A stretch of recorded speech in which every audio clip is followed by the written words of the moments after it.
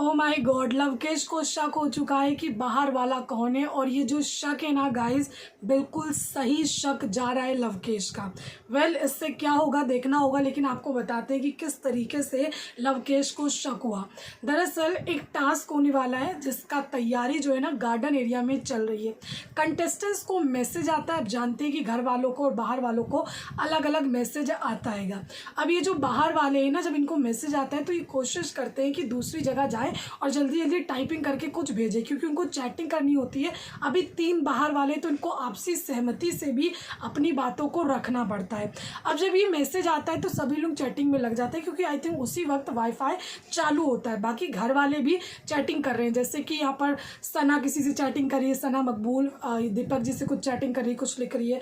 और यहाँ पर जो लवकेश है वो भी चैटिंग कर रहे हैं। तो उस वक्त क्या होता है ना कि विशाल पूरी तरीके से ये भूल जाते हैं कि उनके दोस्त बैठे हैं। वो जल्दी जल्दी सीरियसली कुछ चैटिंग करने लगते हैं, कुछ लिखने लगते हैं, कुछ टाइप करने लगते हैं। उस वक्त वहाँ से नहीं जाते हैं, वो वहाँ पर उनके दोस्त ऑलरेडी बैठे होते हैं और लवकेश उनको देख रहे होते हैं। और ये बोलते हैं कि सना से पूछते हैं कि अगर लवकेश तेरे से विशाल तेरे से चैटिंग कर रहा है क्या? तो सना कहती है नहीं। तो यहाँ पर लवकेश कहता है कि अगर ये मेरे से चैटिंग नहीं कर रहा, तेरे से चैटिंग नहीं कर रहा, तो ये किससे कर रहेगा? और यहाँ पर विशाल उस वक्त कोई जवाब नहीं देते, उस वक्त पूरे खोए होते हैं।